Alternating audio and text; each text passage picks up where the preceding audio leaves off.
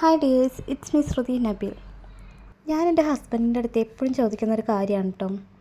എടോ, ഇയാൾക്ക് നാട് മിസ് ചെയ്യുന്നുണ്ടോ, നാട്ടിലെ ഫുഡ് കഴിക്കാനായിട്ട് ആഗ്രഹമുണ്ടോ എന്നൊക്കെ കേട്ടോ.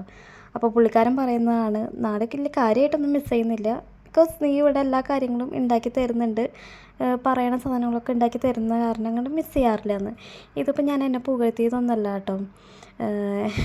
എന്താ ഇവിടെ പറയാൻ കാരണം എന്ന് വെച്ച് കഴിഞ്ഞാൽ, ഇന്ന് പ്രത്യേകമായിട്ടുള്ളൊരു ക്രാവിങ്സ് ആയിരുന്നു കേട്ടോ ആൾക്ക്. ഇന്ന് സദ്യ കഴിക്കണമെന്ന് ഭയങ്കരമായിട്ട് ആഗ്രഹം പറഞ്ഞു എൻ്റെ അടുത്ത്.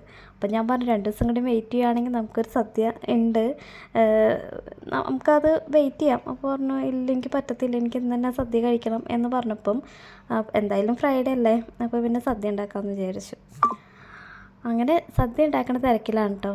സദ്യ ഉണ്ടാക്കണതിൻ്റെ ഇടയ്ക്ക് ഇതേ കായമെഴുക്ക് വരട്ടി ഉണ്ടാക്കി കഴിഞ്ഞപ്പോഴാണ് കേട്ടോ, കഴിക്കാതിരുന്നപ്പോഴാണ് ഓർത്തത് ഇതിൽ ഞാൻ ഉപ്പിടാൻ മറന്നുപോയായിരുന്നു.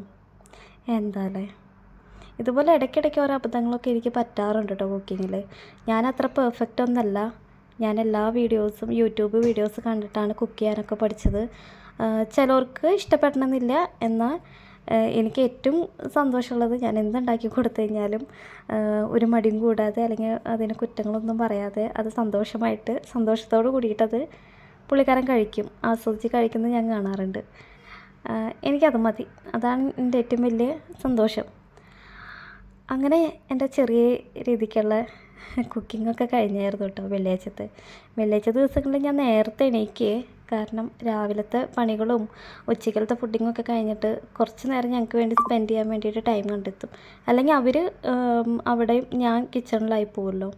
ഇടയ്ക്ക് എൻ്റെ കൂടെ വന്നിരുന്ന കളിയും കാര്യങ്ങളൊക്കെ ഉണ്ടാവും. പക്ഷെ എന്നാലും എനിക്ക് അധികം നേരം ആ സമയം വെള്ളിയാഴ്ച ദിവസങ്ങളിൽ കിച്ചണിൽ നിൽക്കാൻ ഒട്ടും താല്പര്യമില്ല കേട്ടോ.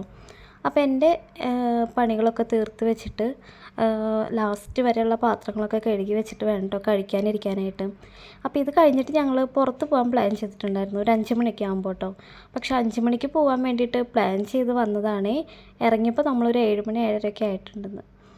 കാരണം അവർക്ക് വർക്കിൻ്റെ തിരക്ക് വന്നു കഴിഞ്ഞ് കഴിഞ്ഞാൽ പിന്നെ നമുക്ക് പറഞ്ഞിട്ട് കാര്യമില്ല, വെയിറ്റ് ചെയ്യുന്ന ഒരു വഴിയുള്ളൂ കേട്ടോ. അങ്ങനത്തെ ഫുഡൊക്കെ ഞങ്ങൾ വിളമ്പിയിട്ടുണ്ട്.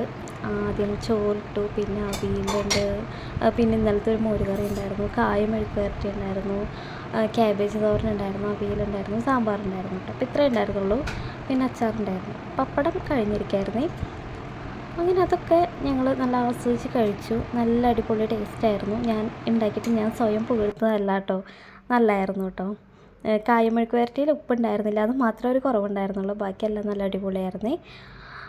അങ്ങനെ ഈ സദ്യയൊക്കെ കഴിച്ചിട്ട് ഞങ്ങൾ റെസ്റ്റ് എടുത്തിട്ടാണ് കേട്ടോ വൈകുന്നേരം ഇറങ്ങിയത് പുറത്തോട്ട്.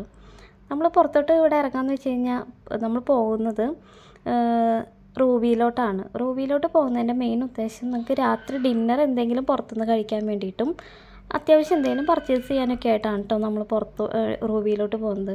അവിടെ ആകുമ്പോൾ ഒത്തിരി കടകളുണ്ട്, ഒത്തിരി നമുക്ക് നടക്കാനും ഒക്കെ ആയിട്ടുണ്ട്.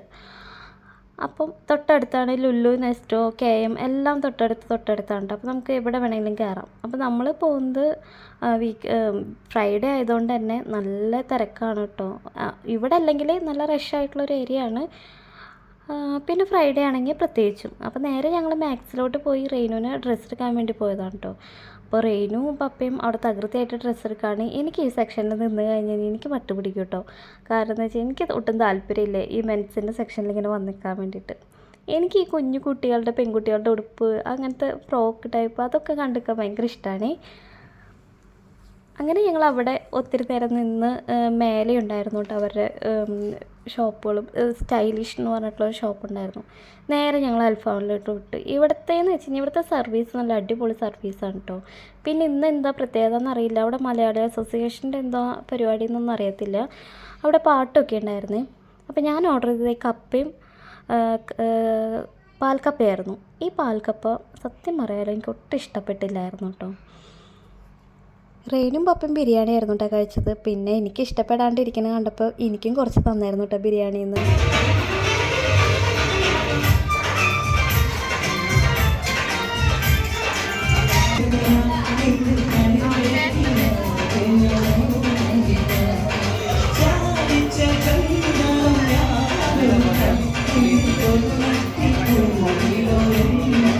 അങ്ങനെ ഫുഡ് കഴിക്കലൊക്കെ കഴിഞ്ഞു കേട്ടോ. പിന്നെ ഇവിടെ ഞങ്ങൾ പണ്ട് വരുമ്പോൾ എൻ്റെ ആ പ്രഗ്നൻസി ടൈമിലൊക്കെ വരുമ്പോൾ ഒരു അപ്പൂപ്പനുണ്ടായിരുന്നേ. ആ അപ്പൂപ്പനെ ഇപ്പോൾ കാണാറില്ല. എനിക്ക് ഒത്തിരി ഇഷ്ടമായിരുന്നു കേട്ടോ പുള്ളിക്കാരനെ. അങ്ങനെ ഞങ്ങൾ അവിടെ നിന്ന് ഇറങ്ങി കേട്ടോ. അപ്പോൾ ഞങ്ങളിന്ന് വന്നത് ടാക്സിക്കാണ്, അപ്പോൾ തിരിച്ച് പോകുന്നതും ടാക്സിക്കാണ് കേട്ടോ.